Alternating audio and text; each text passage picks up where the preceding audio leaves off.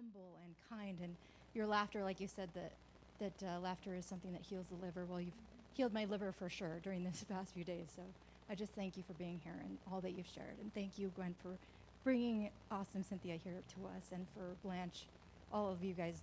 Just really, it just felt like a powerhouse of information that's happened here, and we're just so grateful to you. Thank you for coming.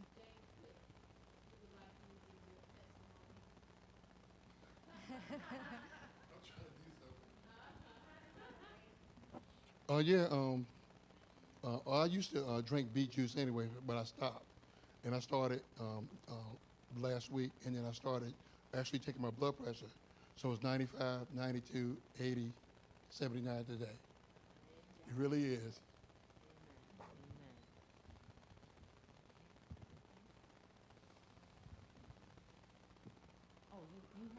Yeah. Good evening, everyone. You know, my church in Alabama, if you attend that church once, you are a visitor. Anytime after that, you're family. I feel like I'm a part of your family. You all have been so wonderfully, so kind, so loving, so caring, and I just feel like I'm home away from home. You all have made me feel so welcome that I may come back. We will work on that one. But God is good. You know, He knew that I would be here years and years ago. Nothing happens by happenstance. Everything is orchestrated by Him. We just have to follow His lead, and we will never go wrong. So with that, we're going to look at the topic of diabetes today. How many of you here have diabetes or suffer with diabetes? Yeah. Pre-diabetes or diabetes? Okay. So long ago, actually when I was in school 39 years this year, wow, 39.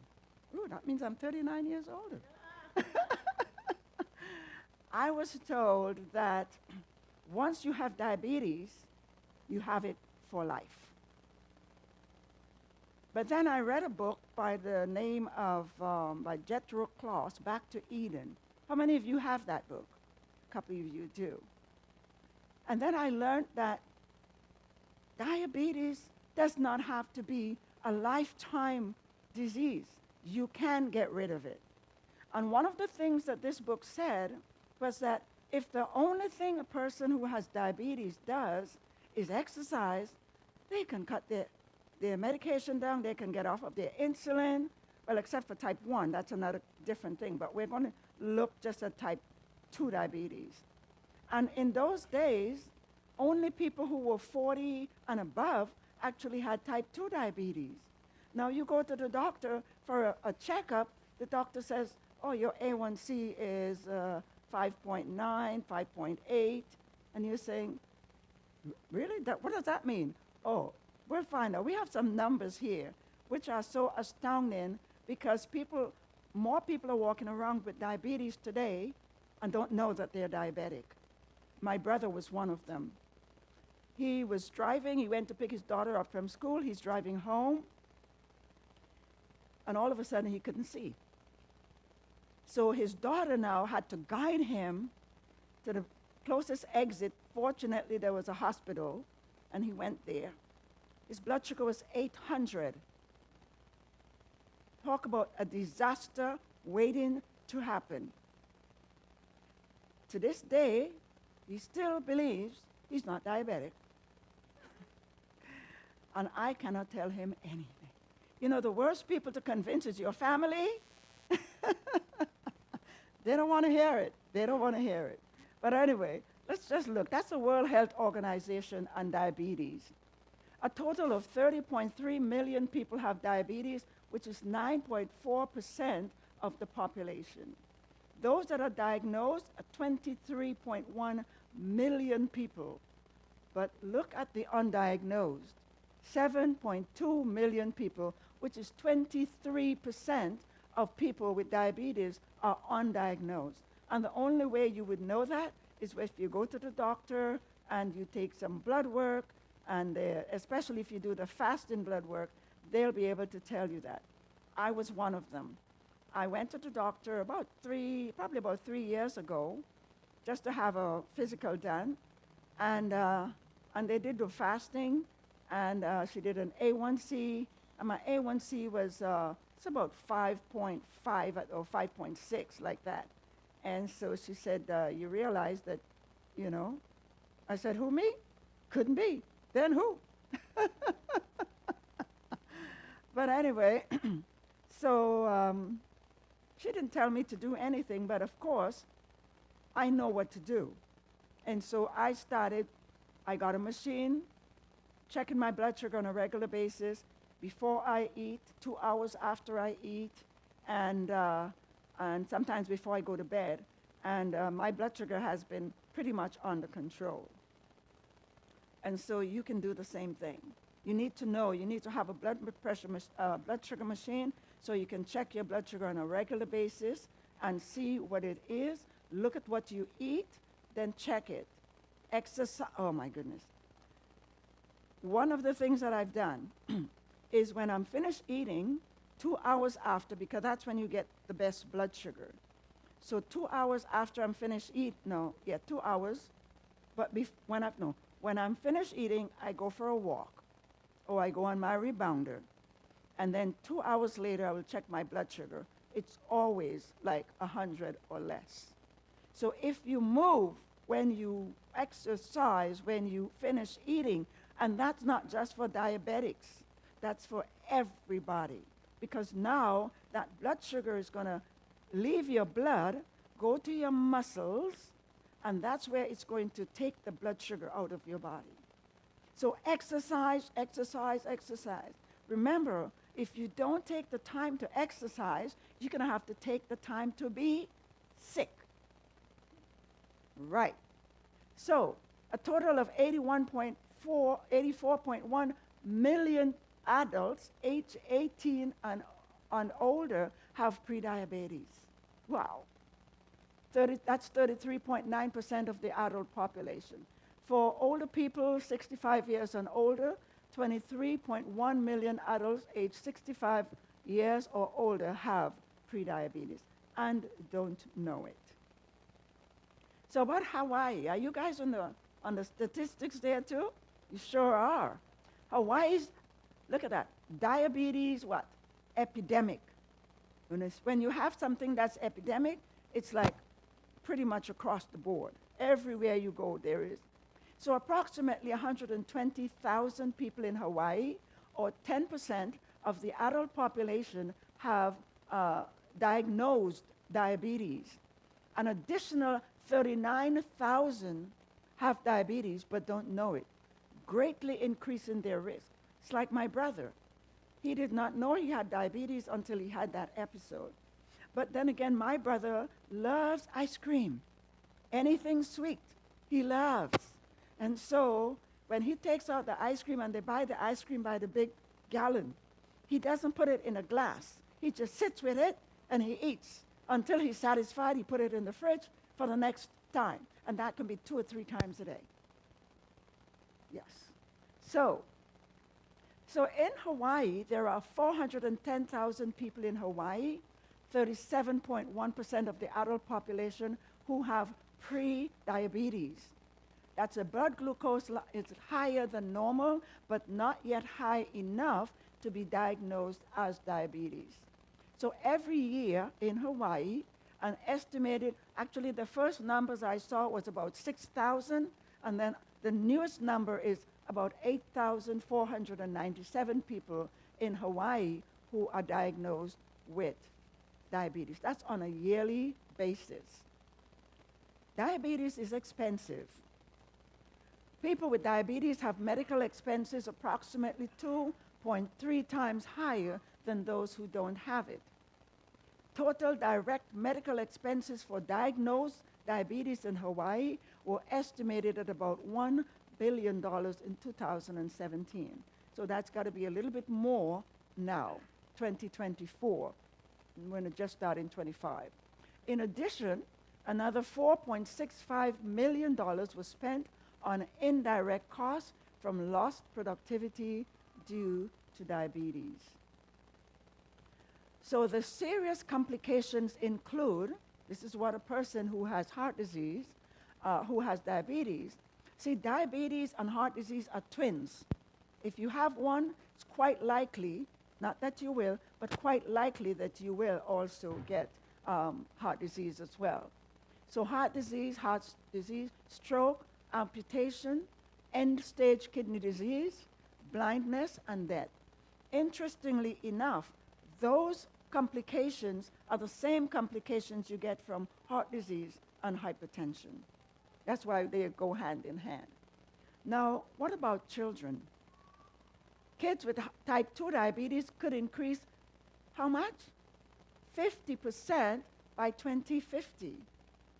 Why is it that our children today, our young children today, are suffering with diabetes, and not just type 1 diabetes, type 2 diabetes?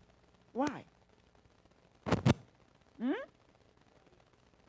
Their diet, number one. What else?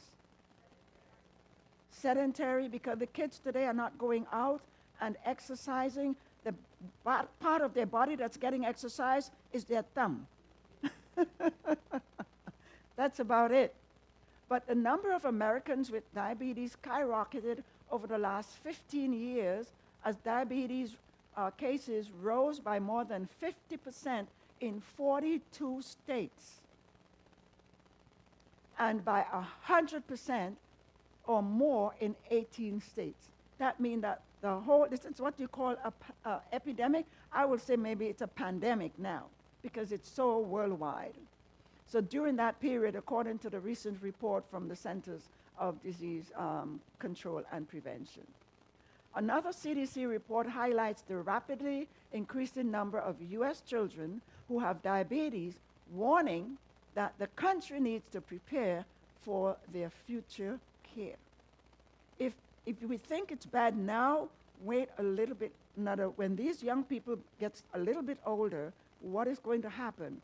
The amount of money that's going to be spent on health care will pretty much double or triple. So if the current increase in diabetes cases stay constant, the number of children with type 2 diabetes will likely increase 49, 50% by 2050. The number of cases of type 1, which is less common and diagnosed earlier in life, could increase by 23%. Now, we have been told that once you have diabetes, you have it for life. Well, there is a lifestyle center in the mountains somewhere about. And this guy, his name is Dr. Cousens, Cousens. He has a lifestyle center where he takes people who have diabetes, heart disease, whatever it is. He puts them on 100% raw food for 30 days. Anyone ever try that? Raw food for 30 days. So this young man came in, and he was taking 110 units of insulin every day since he was 15. And he came to the center there, and at the end of 1 month, by the way, when you go there, it is so strict that most of the people want to run away. And so, but anyway, he was encouraged to stay, and he stayed. You know, on that 100% raw food, because when you have type 1 diabetes, your pancreas is not working, period. So, and that's what he had. That's why he had to have the insulin. When he left there at 30 days later, his insulin level was down to 10%, from 110 to 10. That just tells you that if we put the right things in our bodies will heal. Our bodies will take care of itself because it just says, this is what I've been waiting for. Just come on in. And you know, once you are obedient to those laws of health, God is going to bless you because he knows that you want better health and he wants the better health for you. That's why in John 3:2 it says, Beloved, I wish above all things that you may prosper and be in health, even as your soul prosper. So he wants that kind of health for us. But we have to want it for ourselves too. And he's offering it to us for free.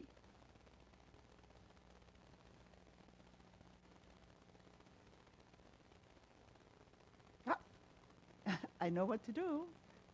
So in America, new diabetic is discovered every 50 seconds. Do you remember with heart disease, how often you had a person was diagnosed with heart disease? It was 36%. And then we had, what was the other topic we did? We did heart disease. Cancer, it was every 30 minutes. Every 30 minutes, and now this for diabetes is every 50 seconds. Someone is diagnosed. So where did diabetes get the name?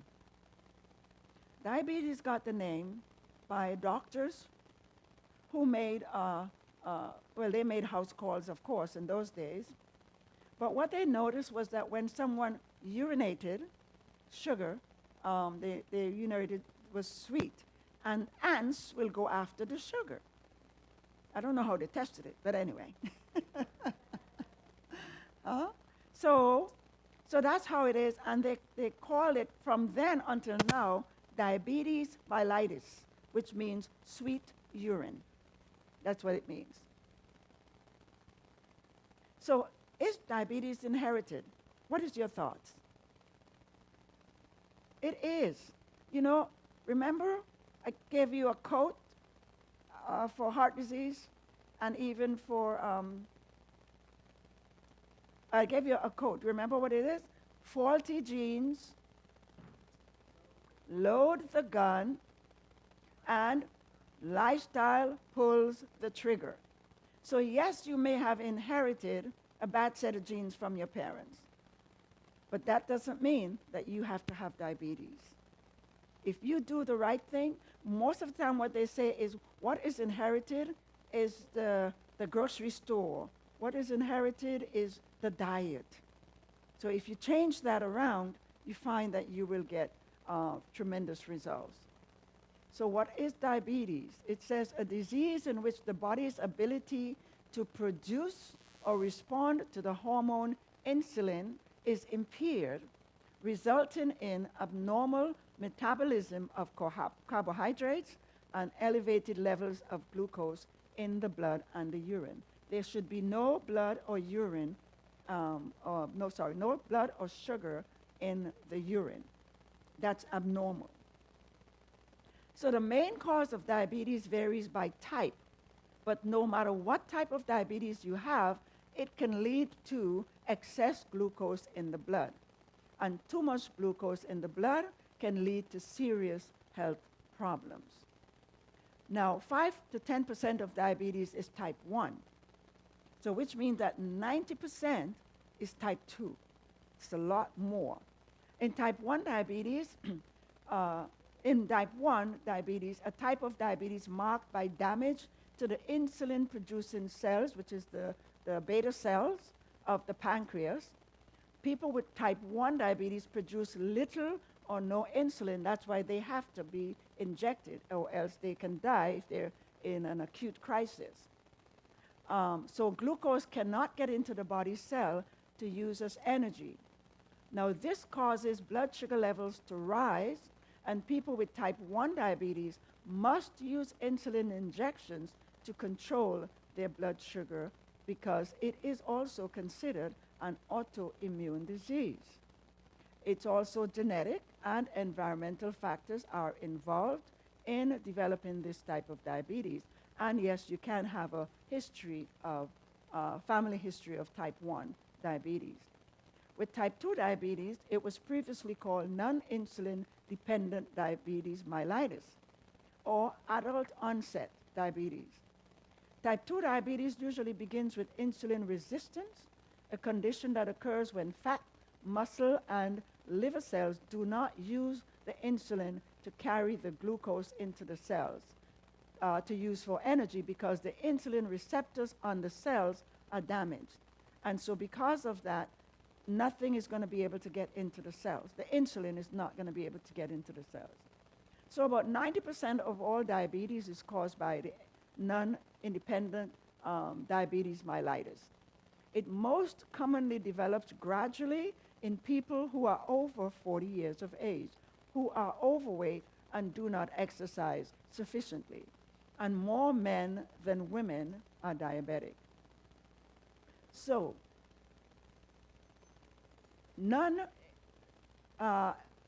it's not that you have an insulin shortage, but more like a blockage, because the insulin cannot take the glucose and push it into the cells. So that is the reason why it's not a shortage, but a blockage. It's just not getting into the cells. But the way it will get into the cells is by exercise, one of the ways. So what are the warning signs? Excessive thirst, excessive urination, and excessive appetite. The person can also be eating a lot and not even gaining any weight. And so these are the top warning signs: thirst, urination, and appetite. They're eating a lot, they're urinating a lot, they're thirsty a lot, and they're still not going to take those signs as something is wrong. They're going to just go on until it gets to the point where things can get out of hand. So for the oral glucose test, any value over 200 milligram per deciliter. For prediabetes, an oral glucose test 2 hours after you eat should be within the range of 140 to 199. If these are elevated, then a fasting insulin level should be checked and the urine should be evaluated for protein and glucose. In health, there should not be any protein or glucose in the urine. And a fasting insulin level should also be evaluated. There's another test which is, I think, one of the better tests to find out if you have diabetes. It's called the A1C test. And what this does, it evaluates your blood sugar over a period of about 3 months. It will not lie. It would always give you the most accurate reading. And that is why, for some people, they'll only know that if they go to the doctor and have blood work. So for diabetes, anything 6.5 and greater on 2 occasions, the person will be diabetic. For prediabetes, 5.7 to 6.4 is prediabetes. But if you are in that range of 5.7 to 6.4, and you have a diagnosis like that, you need to act on it right away. If you do, chances are you would not be the statistics later on that you will actually come down with diabetes. So the advantages of the A1C test is greater convenience, no fasting required, samples the blood characteristics of the last 2 to 3 months, not just one day, but it does not replace your daily self-testing of your blood glucose. So in type 2 diabetes, the amount of insulin produced varies and is often higher than normal. However, the individual has developed a resistance to the insulin, often caused by a decrease in the number of the insulin receptors on the cells. So every cell in our body needs energy to function, every cell. And energy comes from the food we eat, especially from the sugars and the starches in our diet. In the digestive tract, these foods are broken down into a simple sugar called glucose. And the glucose is absorbed into the bloodstream and is carried to each of the cells in our bodies. However, for the glucose to enter the cell, it must have that insulin. And that insulin functions like a key in a lock, allowing the needed sugar to pass into the cells so they can have the energy they need to perform their daily function. Now, the question? No? Okay. So the blood actually becomes sweet after we eat. And a heightened blood sugar level stimulates the pancreas to secrete the insulin. So when the blood sugar drops to a certain level, the pancreas will now stop secreting any more insulin. But The insulin links with a special receptor on the outside of the cell wall, which then allows the glucose to pass through the cellular membranes and into the cells. If a small amount of sugar enters the bloodstream, the pancreas responds by producing only a little insulin to help to carry the small amount of sugar in the cells. But what happens if you had a large meal? Then if a large quantity of sugar enters the bloodstream, the pancreas will produce a large amount of insulin in an attempt to carry the larger amount of sugar into the cells. Are you working with me here?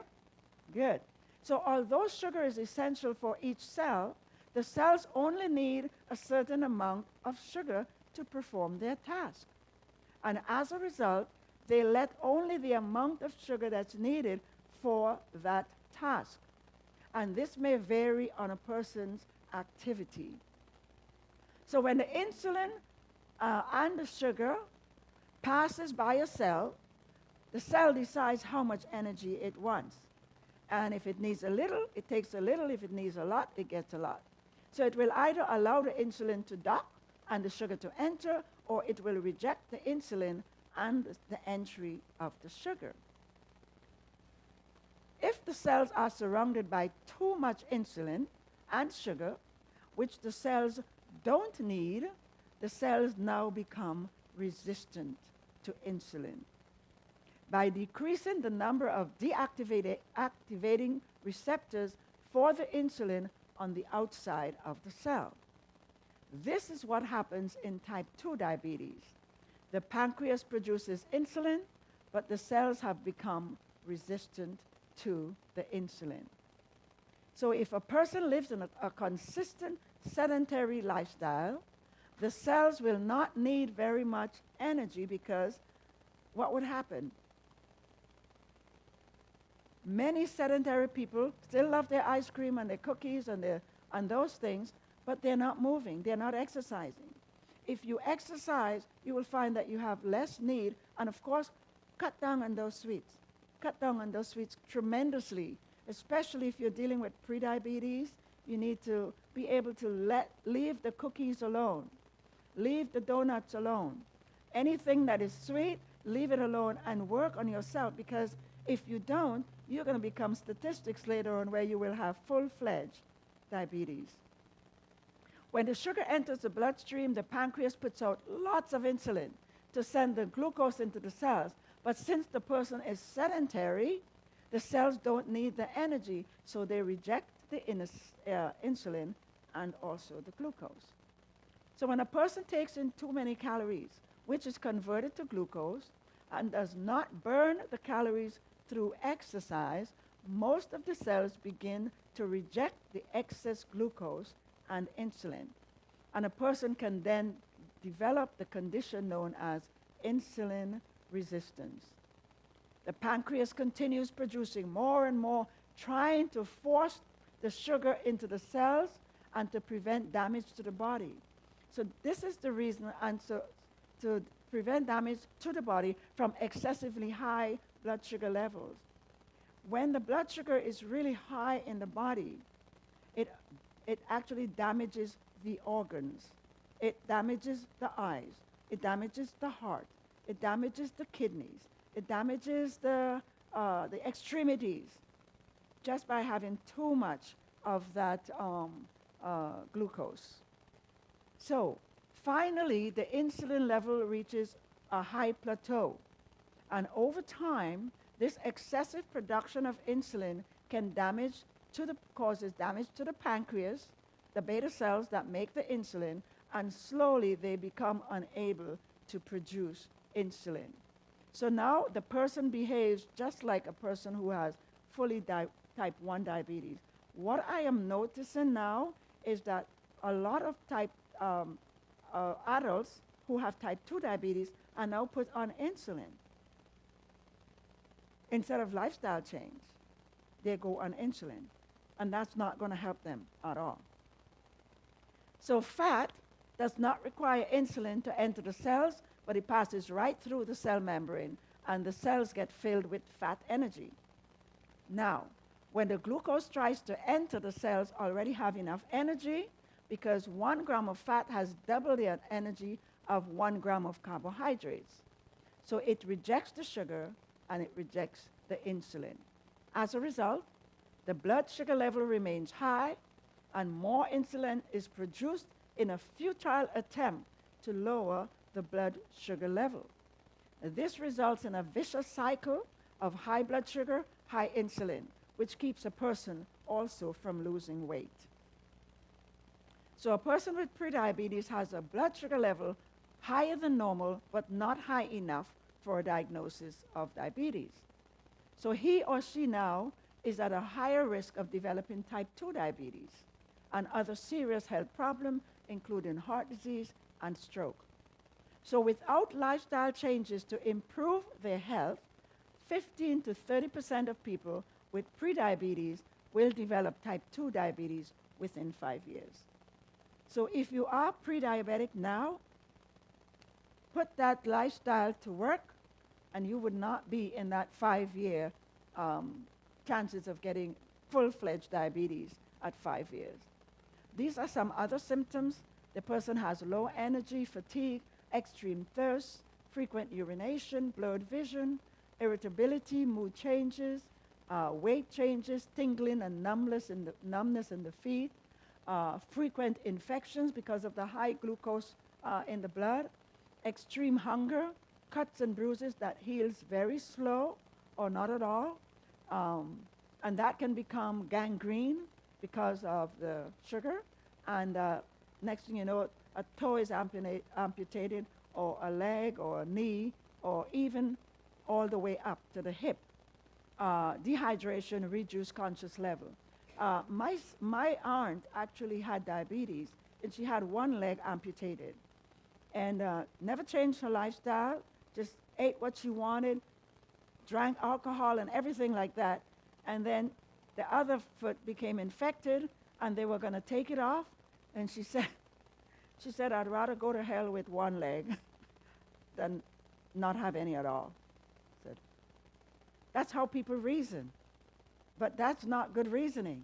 You know, you have an opportunity now to do better now that you know what's going on, but that did not help one bit.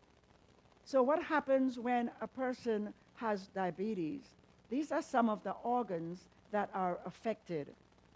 Damage to the arteries, the arteriosclerosis, remember we spoke about that with heart disease, which leads to an increased risk of heart disease, stroke, and hypertension. Diabetes, particularly diabetic retinopathy, is the leading cause of new cases of blindness in people aged 20 to 74. Approximately 8% of those who are legally blind are reported to have diabetes as the cause, and it's estimated that more than 12% of new cases of blindness are attributable to diabetes. So the next one, this is it. So if you look at this picture here, you can see this is a normal retina, and you can see that the retinopathy, you can see all of this, what is happening in here. These are the blood vessels, but they're far different, and there's some plaque as well on the inside there. So 12% of insulin-dependent persons with diabetes for 30 years or more are blind. People who have diabetic retinopathy are 29 times more likely to be blind than non-diabetic persons. And blindness due to diabetes is estimated to involve low-income and public welfare expense of over $500 million a year. Other part of the body, the kidneys. The kidneys may become damaged and stop working, so that some people with diabetes may need to have their blood cleaned by a machine, which means that they have to be on a dialysis. It is responsible for 44% of all new cases of kidney failure. The brain gets affected. The person who may have a stroke. The brain damage may cause memory loss or even paralysis of part of the body. And researchers found that the risk of stroke is 2 to 4 times higher among people with diabetes than those without. And then we have chronic kidney disease. The overall prevalence of chronic kidney disease in the general population is approximately 14%. And high blood pressure and high blood sugar are the main cause of chronic kidney disease. More than 661,000 Americans have kidney failure. And kidney disease often has no symptoms in the early 8 stages, and it can go undetected until it is very advanced. And by the time it's been caught, for many people it's too late.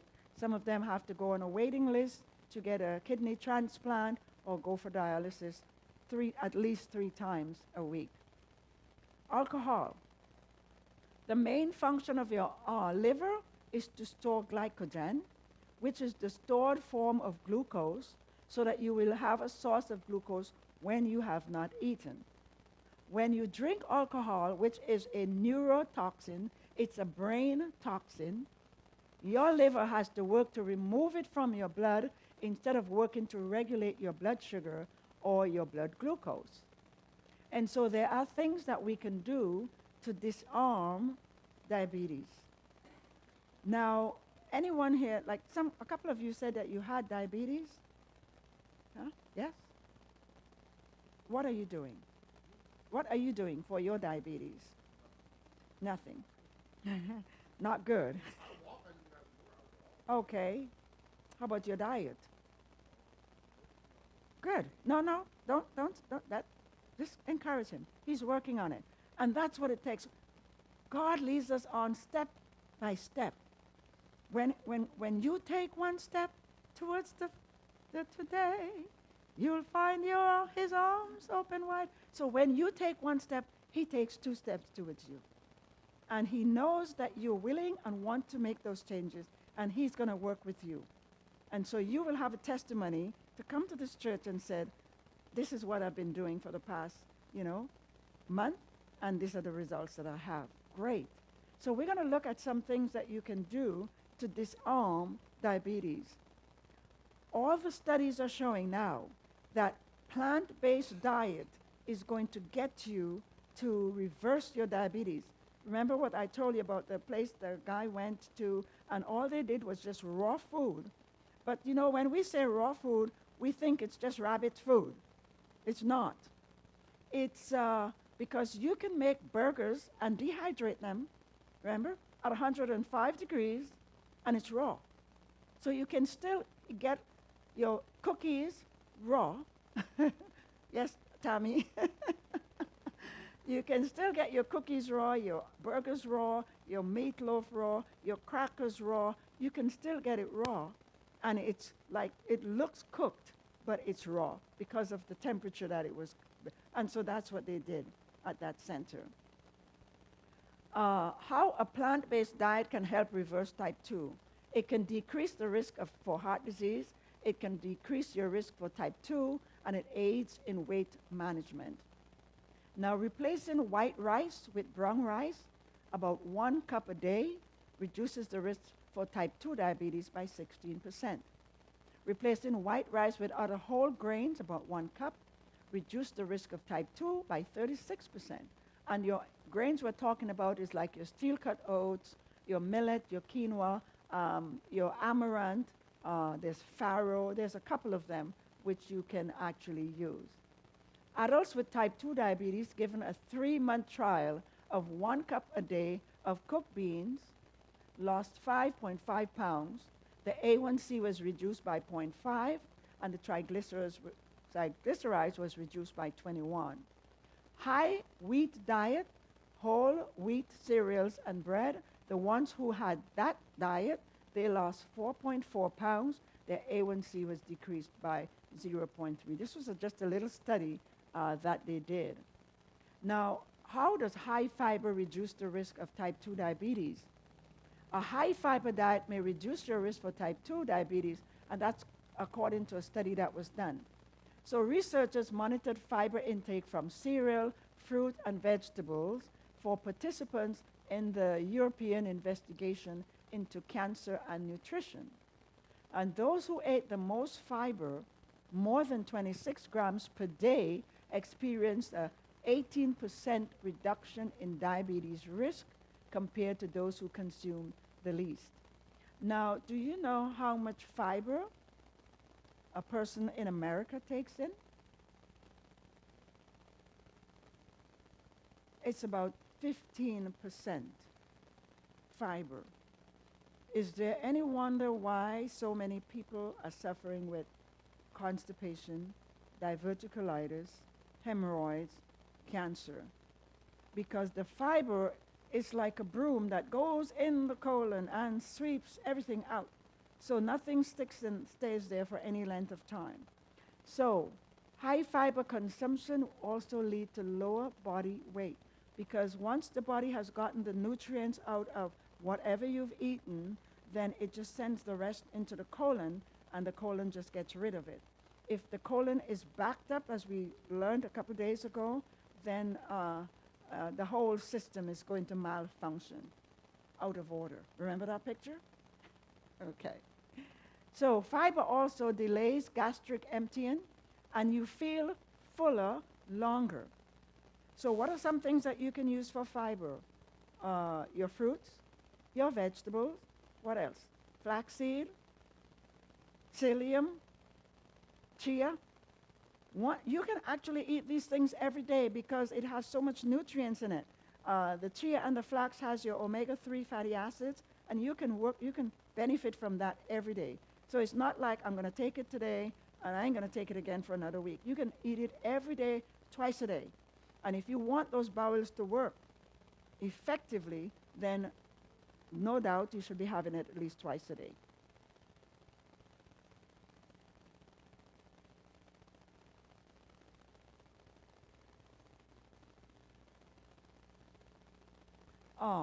That would have happened previously, because in the colon, what happens when a person has diverticulitis is that it starts with diverticulosis, and then that bowel was stretched. And when you had constipation, a little piece of that stool will go down in the pocket of the colon. And it will go this way, and then it's fine, and then another place, and from place to place. So the whole colon can have little pockets. And if your stool is hard and it drops down in there, it becomes infected. That's how you have diverticulitis.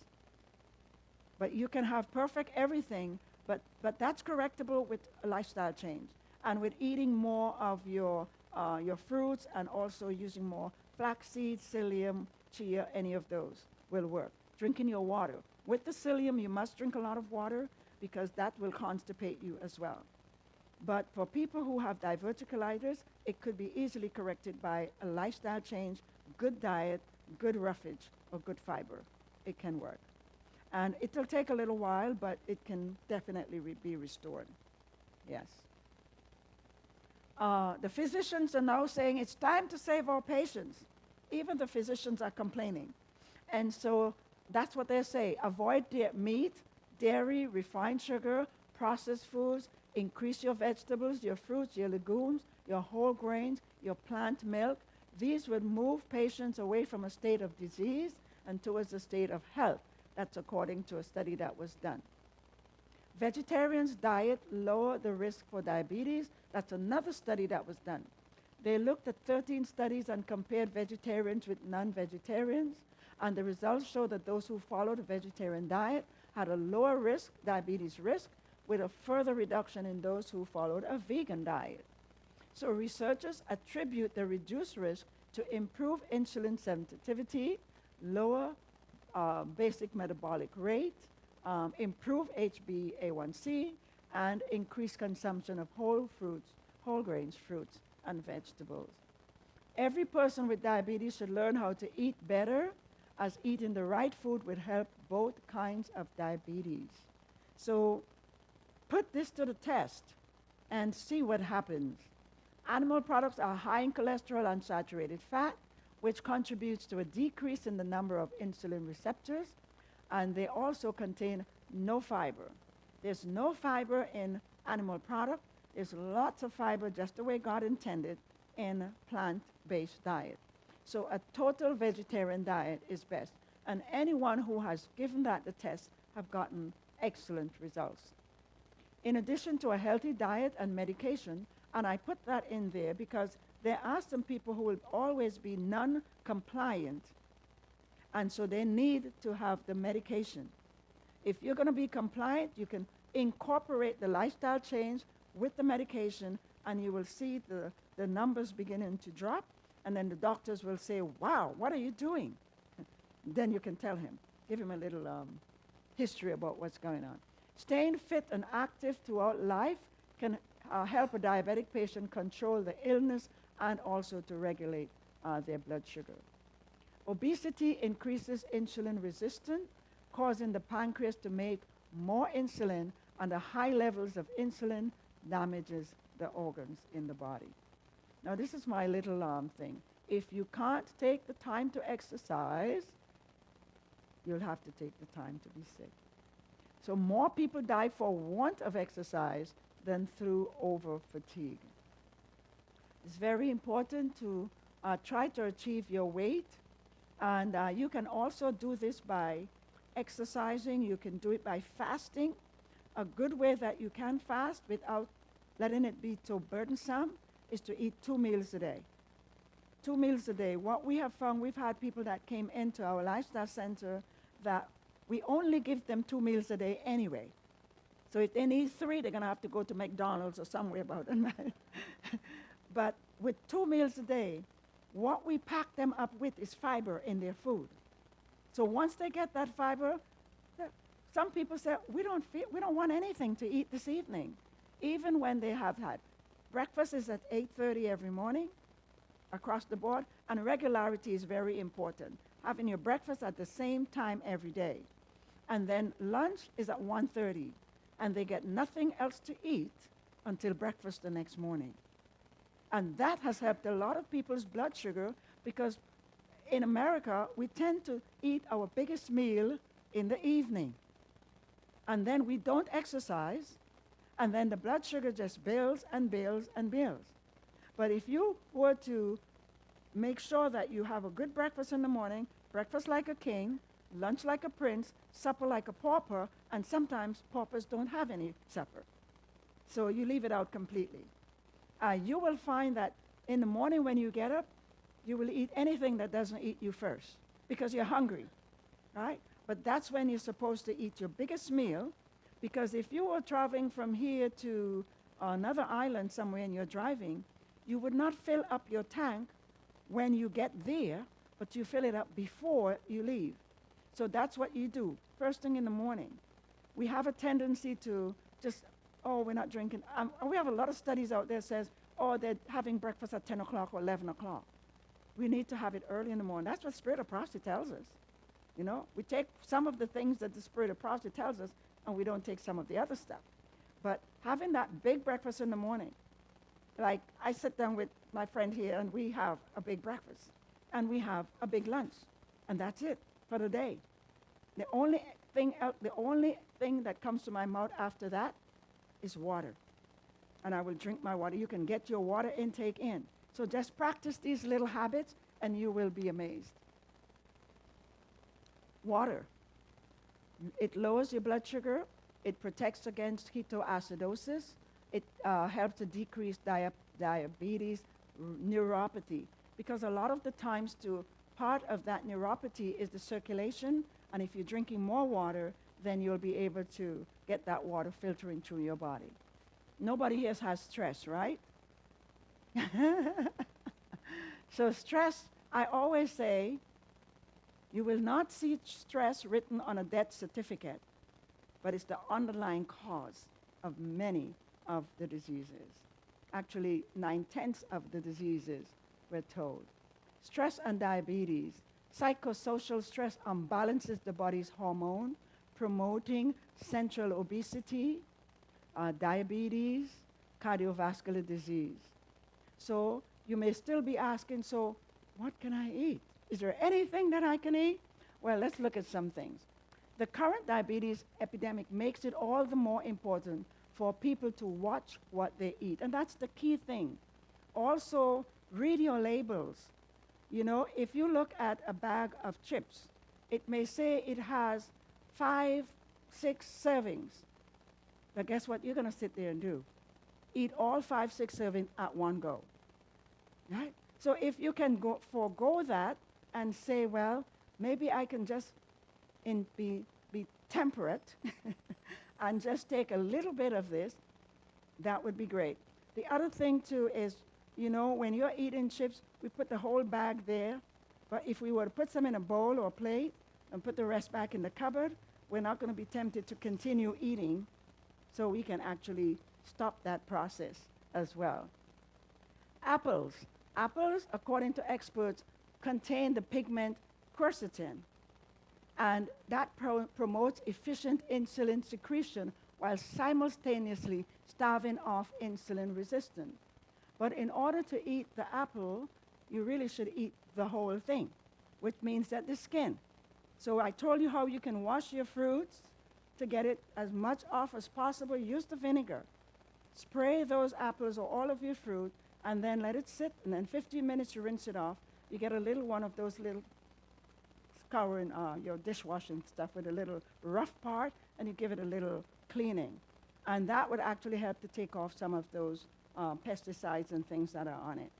And also, the apple skin has 6 times more quercetin than the flesh. So a lot of the times we throw away the flesh, the skin, and we just eat the flesh, and we're missing out on some very important things. Also, 100% stone ground whole wheat or pumpernickel bread is good. Oatmeal is good. Steel cut oat, bran, muesli, pasture, converted rice, barley, bulgur. All of these foods are good foods for diabetic. Because of the fiber in it, it will not cause the blood sugar to go high. It will just give it a slight curve and just go down like this. Most fruits, non-starchy vegetables, and carrots.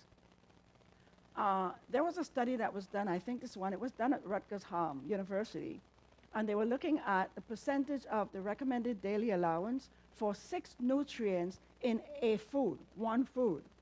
And so the nutrients they were looking at was vitamin A, vitamin C, calcium, iron, folate, and copper. And look at what came out. Oops, sorry. Back? Yeah. So look at what came out. Oh, I'm wrong. There it is. Yep. So look at what came out as number 1. Sweet potato. Sweet potato had all of these nutrients in it. I really thought broccoli and kale was going to be ahead, but sweet potato came out having all of these nutrients in it. So even for a person who has diabetes, sweet potato is a good thing for them to eat. And you can also eat the skin of the potato, because that's also, the nutrients are always right under the skin of whatever you eat. So I just thought that was rather interesting, because we have carrots, we have collards, and so this is the order in which they had all of the nutrients. Just awesome. Okay. Sweet potatoes are rich in a powerful antioxidant called beta-carotene, which contributes to pancreatic health by maintaining pancreatic cell regulation and hormone regulation.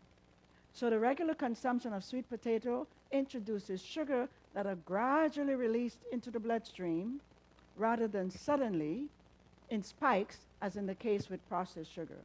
If you eat an apple versus you drink a cup of apple juice, you will find that the apple will cause your blood sugar to just give it a good little curve and down. If you were to drink a cup of apple juice, whoop, it goes up very quickly. Within minutes, your blood sugar is going to be elevated. So remember, your body is not deficient of juices. It will be deficient of water. So the regular, we did that. So also corn, carrots, and oranges, because they have a similar glucose regulating potential, those are some of the foods that you should be eating. Non-starchy vegetables, again, your artichokes, your broccoli, your beets. Beets have good, we had a good testimony from someone who used beets and had flying results. I'm not going to call names. And beet, they have a lower glycemic index, fewer carbs, making them ideal for diabetes patients. Another study was shown, they looked at green leafy vegetables. It says it will cut diabetes risk by 14%. So these are foods that you can simply incorporate little by little into your diet, and you will get, as I always say, good results. Nuts and seeds. We tend to eat more nuts than seeds. So your seeds would be things like sunflower seeds, pumpkin seeds, sesame seed, sunflower seeds. These are very good seeds that you can use. What I usually do, I will take all of those seeds and I would blend them, put them in a container, and I would just take some out and use it on my cereal, on my salad, all, throughout the day, at least once or twice a day. So eat those things sparingly, it says. But it does contain essential fatty acids that will improve heart health and help to lower your cholesterol. What is a glycemic index? Now, different foods have different glycemic index. The glycemic index, they're looking at a food from 0 to 100. So let's look at a kiwi. A kiwi, anything over 50 is good for diabetics. Under 50. Anything over 50, they should be a little more guarded about eating those things. For instance, a mango is going to be like 90 to 100. Pineapple will be 90 to 100. That's what the glycemic index will be. But anything less than 50, yes, you can eat some of them, but stay to the lower end. Now, if you were to go, and I'm sorry, I didn't put it on here, but if you were going to go into the computer and you just put in the high index, it's going to give you a chart. So you can put that on your refrigerator, and you will know which foods that you could or should eat throughout the day. With pure glucose given, so it was there, a value of 100, so that's really high, which represents the relative rise in the blood glucose level 2 hours after consuming that food. So then that's another thing. If you're diabetic, it's good to check that out as well. Now, broccoli contains sulfur-containing compounds which help to detoxify some organs, including the pancreas. It is the most effective raw or lightly steamed, as cooking it can remove most of the nutrients. Several studies in the past 2 decades, confirm the benefit of broccoli, especially for the prevention and management of type 2 diabetes. And now we come to hydrotherapy, tomorrow's hydrotherapy class. So these are things that a person who has diabetes can do. Contrast warm and cold leg baths. Now, because the person may have neuropathy in their legs, it would be very good to even bypass the contrast for them unless they have the right machine that will test their water and keep the water at about 100, 101, and then they can build it. They don't have the feeling in their extremities to know whether that water is hot to tell you that. In Trinidad, my sister was telling me one of her patients had diabetes, and a nurse went to visit, and the nurse says, why don't you do hydrotherapy? You never tell somebody to do something without teaching them how to do it. So he went and he got the hot water, put his foot in it, and guess what? Now he had to have the foot amputated. Yes. So if you're going to teach someone, you demonstrate it to them so they know exactly what to do. And that can prevent a lot of problems from happening. So these are some of the things that we will do at the Lifestyle Center. Heat over the kidneys, warm foot bath. Cold to the abdomen. Alternate hot and cold to the abdomen if the spleen is not enlarged. So you would know these things. So then that's why I would say for a person who has neuropathy, I would definitely do the treatment we did yesterday with the cayenne pepper. That would be far safer than working with the hot water. Whole body heat treatment if neuropathy is not present, and salt glow, that's one of the things we're going to do tomorrow. So if the diabetic has hypertension, heat over the flanks or the kidneys can help to improve blood pressure, but you would not do that treatment in individuals who have a hypertension that is resistant to medication without first doing ultrasound to be sure that adrenals, there's not a tumor there instead of the person having diabetes. We're gonna send that one. So that was the last one. So what we need to do is to choose the food that God has given us, which is found in Exodus 1:29, and say no to these foods. Okay. Now, a prudent person foresees the danger ahead and takes precaution. So if you have been diagnosed with prediabetes, this is the time you will act and not wait. But the simpleton goes blindly on and suffers the consequences. Now, I like this. Oh, bountiful for supersize, and ample rolls of gain for portly mountains we've become, while in the drive-through lane, America, America, God shed some pounds on thee, 'cause one more fry and you might die from clogged up arteries.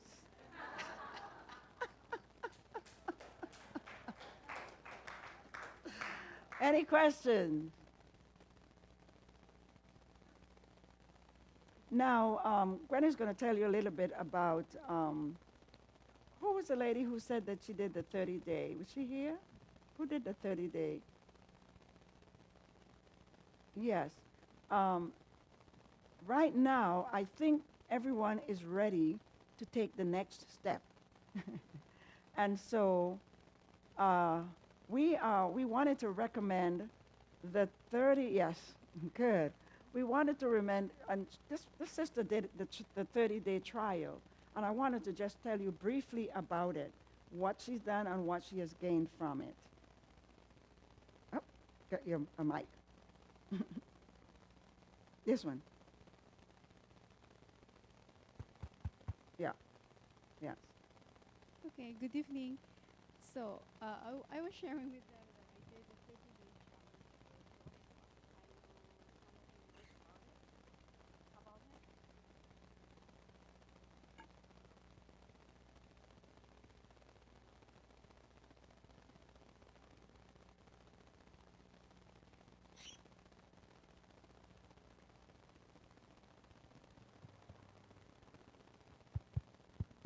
Hello, hello. Oh, they all need batteries. Okay. Just put it up to Okay. your mouth, yeah. There you go. Okay, so I did the 30-day challenge with my husband, and the way how they did it, we need to make a goal at the beginning, and they instructed us to change and check our pantries and everything like that. So there's like menus and everything that we had to follow. And that's what we did. It's challenging because for me, I'm not a good cook. I don't cook. It's my husband that cook. So, but I do help. It's really like every time because it's new to us. Like we're Filipinos, we have different things that we usually cook. My husband cooks, so it's really totally change of pantries. Like all those spices we don't use. It's just what I remember is like garlic, onions, ginger. Those are the main for mostly with Filipinos as what we use. But then just learning about those spices, we really doesn't need more of like salt and everything like that. We use a small amount of salt, which is like they suggested Celtic salt, those kind of things. It's more helpful, and it really helps because like it's not only me and my husband at Wahiawa Church that did the 30-day challenge. It was Brother Frank that did it, and he also said that his blood pressure went down, and my husband, he lose weight. Both of them lose weight. I think 10 pounds for my husband. He did lose weight. And the secret of this, what I noticed, for me, I just did it to kind of help my husband. It's really, that's the one key for doing it is like you have a partner. He, yeah, there, accountability. So that's what the thing that I noticed that would really help a person to do it, because it's really a challenge to do it. Just for me, I know I started not trying to eat meat when my mom started to have the cancer thing. So that's when I started not eating. I crave and I eat a little, but my body is reacting, rejecting it. It seems like I feel like I'm bloated and everything like that. So I started to stay away from that. But for me, it helps me more with, because my goal was to do exercise. Because that's what my kids was telling me. Even though you're eating healthy, but you're not exercising more, then it's the same on a person that's uh, drinking or smoking. So that's my goal when we did the 30-day challenge. So I did that one with the help of Lani. I asked her, what can I do as for my, I think the weightlifting kind of thing. It's not, oh no, I mean the dumbbells. So that's what I did, and it really helps me. It really helps me more on the emotions and mental, because we do caregiving, intellectually challenged clients. So it's so stressful, and it really helps when you do this exercise and everything like that. So, yeah.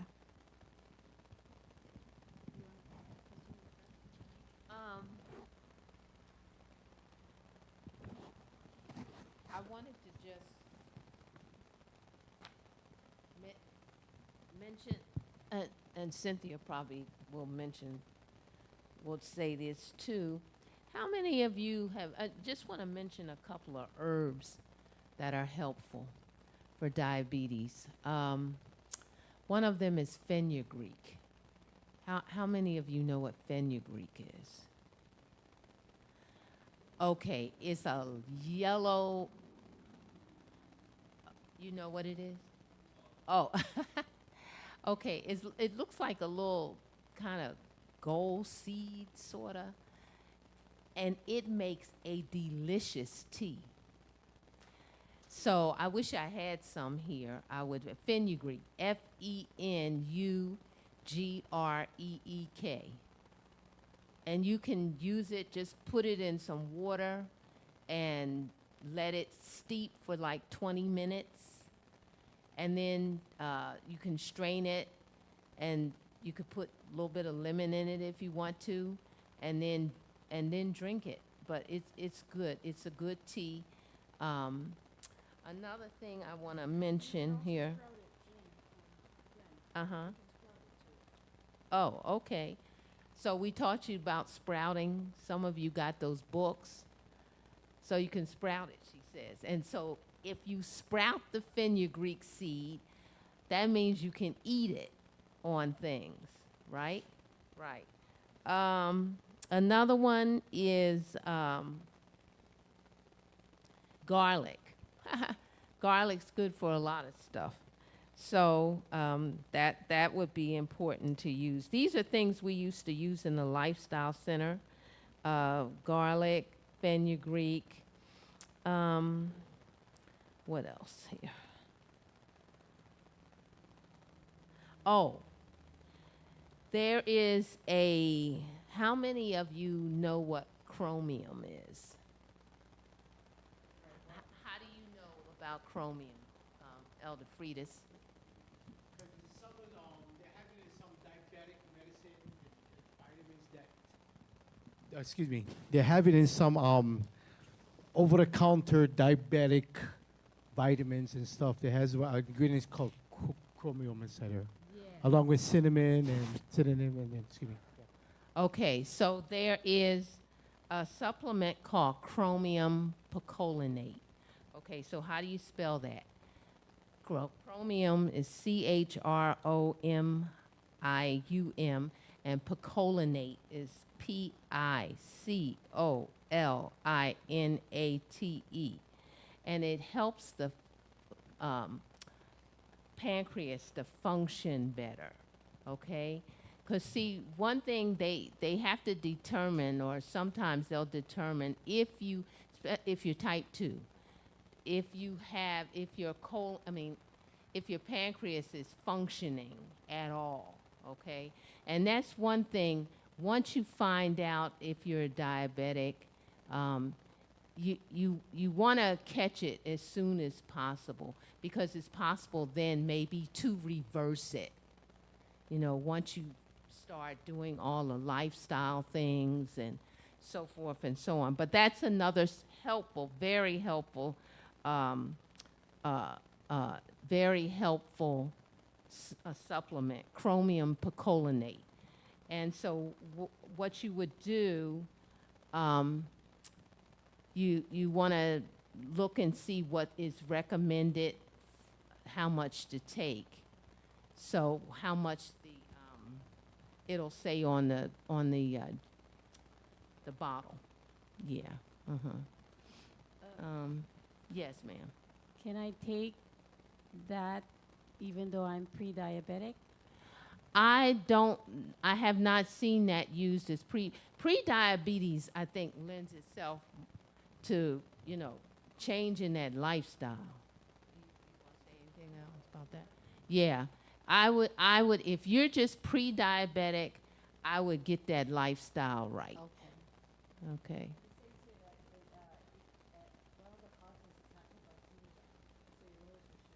What now?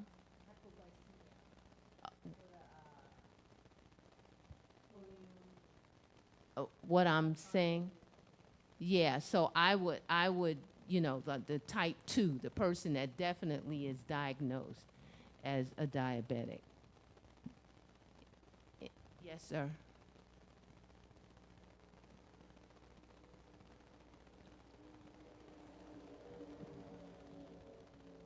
Cynthia and Gwen, I'm going to share some really heavy-duty stuff. I'm able to understand all of what you've presented from the very beginning with all of the lifestyle changes. I'm going to share with you some things that are very, very personal. I hope that in my sharing, you'll be able to understand some of the anger that I'm going to express. If I can just be comfortable right here, Cynthia, that'll be great. My wife, who I lost last year in August, had good control as far as choice of food is concerned. She also was able to master portion control. But what was lacking in the equation was exercise. And when she announced that she no longer wanted to go for a walk, her explanation was, been there, done that. And I couldn't understand where she was coming from, other than for every time she went in for any kind of a visit with her PCP and all the others who are specialists, her high blood pressure always measures very, very high. I have reasons to believe that that was congenital. She was born with it. She has cousins, burly men, who were examples of specimens of the human being that are robust and heavy and strong, but their heart was not able to provide the strength that was necessary for them to function in the occupations that they choose. And so these fellows one came from running and he just collapsed and died. One was washing his vehicle and he just collapsed and died. One was operating a heavy-duty equipment vehicle. He suffered a heart attack, and what caused his death was not so much that, you know, he crashed, but he crashed because he had a heart attack. Now, when my wife announced that she's been there, done that, I understood that where she was coming from was whatever she was doing, choosing the right foods, having portion control, and exercising, her blood pressure continues to be as high as it had always been. I have anger in me as to I was having difficulty. Why was the Almighty not allowing that challenge to be addressed, to be resolved, to have control over that? She eventually, because of renal failure, qualified to become a dialysis patient. And I think that she did that to pacify not only me, her husband, but also our two sons. It was her way of extending her life, because dialysis is basically you're buying time. She did that for 4 months. Just as she announced not doing any exercise any longer, been there, done that, she shared with me one morning after the one and only visit with the geriatrician, where the geriatrician kind of laid out where she has been, where she's at, and where she's going forward. She decided to try it out, and she did. And I've never gone through a dialysis process, but I've witnessed for 4 months, because when I take her to the center, I not only drop her and physically just drop her, see you later, bye, have a good one. I escort her into the location where the machines are set up. And when we come early, they say, we need to cleanse and process and prepare the machine so that we could get it ready for the next patient. She was doing that for three days a week. She began with 2 hours, gradually, built into 4 hours. I can only imagine Gwen and Cynthia, what that machine was doing for her. 3 days a week, 4 hours each session, where those of us who naturally have our kidneys functioning, we have that 24/7. Those folks have it 3 days a week, 4 hours each session. Let's do the math. And that's the strain that it goes through the body is just phenomenal. One cannot understand, one can only begin to feel that. So when she announced that, sweetheart, I'm tired, I honestly knew what that tired meant. And in our human imperfection, I could have selfishly said, no, wait, you can't leave now. We just celebrated our 50th wedding anniversary this past June. I'm not ready for you to leave me right now. So this is anger that's in me. Why was the Almighty not able to heal her? And that's what I need to process. And in part of my processing, I'm happy to share with you that what you have taught us, there's lots of things that make sense. Lifestyle has to change. She tried making the change, but in her human imperfection, she didn't have the strength to do that any longer. But forever, I have to be grateful that, hey, I had 50 years of life with her. It may not be perfect, but parts of it were excellent. And so now I have to really, I'm struggling because I miss her. But that's the reality that I have to accept, to recognize and understand that, hey, Frank, be grateful. You had 50 years. You need to determine how you're going to live for the remainder of your years. And so part of what has helped me, Gwen and Cynthia, in my missing her, I would sing a song, songs that we share in our favorite collection. I occupy myself with things to do, not only to not wallow in my sorrow, but to take a look at the lessons that we've learned from Gwen and from Cynthia. And if we could reach out and touch somebody else and share. I left the session this morning early because I had to tend to a need with my vehicles. This fellow, I was sitting at Costco just having my lunch. I had a salad and whatever I had from home. And he looked at me and he says, he came, perfect stranger. And he came and he says, hi. I says, hi. He was able to bless me because he also was going through a crisis with his personal life. and I shared with him, I've just come from a workshop. It's going to end tomorrow. I wish I had met you earlier so that I can come invite you to be with us. I believe he's a Christian. He may not be Seventh-day Adventist, but if we could take the lessons that you've given to us and not so much to go out and evangelize, but just to share. And if we can touch them, I think that's part of what we have been commanded to do, to love one another as he has loved us. And the only condition to love is to love without condition. Thank you.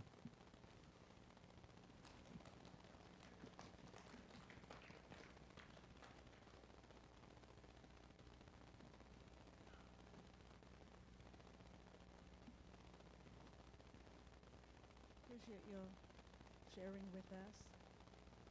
You know, I can stand here and I can tell you 1,000 stories about people who've been in the same situation. Like you, Frank, right? Yeah. And I'll take up too much of your time, but what you said was very important. What I have shared with you is not for you. You have to share that with someone else. And there are many people out there today who are waiting for us who know to share with them.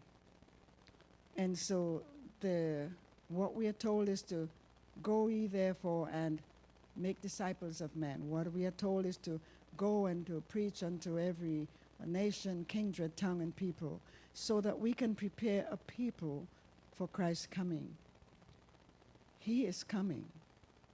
You know, one of my favorite texts in the Bible is John 14, 1-3. It says, let not your heart be troubled. You believe in God, believe also in me. In my Father's house are many mansions. If it were not so, I would have told you. I go to prepare a place for you. And if I go to prepare a place for you, I will come again to receive you unto myself, that where I am, there you may be also. He's coming back to get us, his children. We are his trophies. And he's earned that trophy because he died for us. And he wants us nothing more than to be with him. We have to have that same desire that we want to be with him. You know, I always remember when my father passed away, that morning he said to me, Cynthia, I want to see you in heaven. And his last closing words to me was First John 1:9. He said, Cynthia, if we confess our sins, he's faithful and just to forgive us and to cleanse us from all unrighteousness. We don't know why our loved ones are taken away from us sooner than we would like them to go. But God knows. Sometimes I believe that because he's trying to save that person. If they had spent another month or another 2 years, they might not have been ready. I don't know. I have sisters that died at 3 months, brother that died at 1 month, which we will see in heaven. And so your job now, Frank, as it is mine, is to live for Christ every day. Every day. You know, we're not to let anybody steal our crown, because we all have a crown. And there will be no starless crown in heaven. You will be amazed. Some will have a lot more crowns than others, but there will be no starless crown. So every crown is going to have, even if it's 1 star. And you know what we're told in the spirit of prophecy? We're not going to be jealous of anybody because we're there. We are going to be there. And so my appeal to each of you today is to remember that Jesus is on his way. The clock is ticking. You know, the children in Noah's day, they were eating and drinking and giving in marriage and having children and doing everything. God gave them 120 years probation. And it's only Noah and his sons' wives that made it into the kingdom. That kind of scared me sometimes because it's not balanced. But Matthew 24:12 says that he that endureth to the end, the same shall be saved. So if we know that we have to go through some trials, we can't just make it into the kingdom without going through some things. Some harder than others, but we all have a trial to bear. We all have our burdens to bear. We all have to just think of going back to heaven. I don't know about you, but I'm ready to go. Because my dad said, Cynthia, I'm ready to go. And he quoted that scripture. That's why I memorized it. Past 30, 40 years since he passed away. He says, if we confess our sins, and so I asked God to do this for me. And he says, if you delight yourselves in him, he will give you the desires of your heart. I said, God, this is what I want you to do for me. I want you to let me die the way my father died. Cognitive, asking forgiveness of our sins. And he promised that when we ask, he will supply us with what we need. So I said, I don't want to have a car accident. Maybe that's why my car accident didn't take me out a few years ago. Because I told him I want to go the way my father died. Knowing that I can ask forgiveness, knowing that he knows my heart, and that he promised that he will forgive me. And so let us, by the way, this is where you're going to meet me in heaven. If we never meet again, I have a place. Left side of the river, right side of the tree. Come look for me. 'Cause that's where I'm going to be. Don't forget now. I want to have that great reunion with Hawaii. I want to have that great reunion for Africa, India, Chile, wherever I have been. I have made so many friends, so many family, because our church is a church of family. You can go anywhere in the world and you can meet your own family there. So let's plan to meet there. When we all get, let's stand and sing that song. When we all get to heaven, what a day of rejoicing that will be. When we all see Jesus, we shall sing and shout for victory. The wondrous love of Jesus, sing his mercy and his grace. In that mansion, bright and blessed, he'll prepare for us a place. When we all get to heaven, what a day of rejoicing that will be. When we all see Jesus, we'll sing and shout the victory.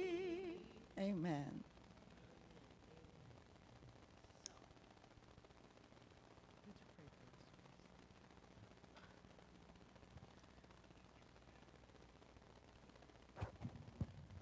Okay.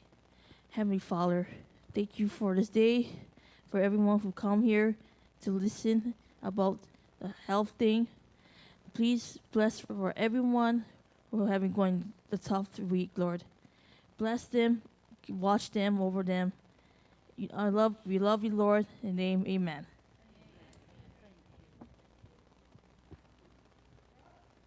Tomorrow, we're down to one day now.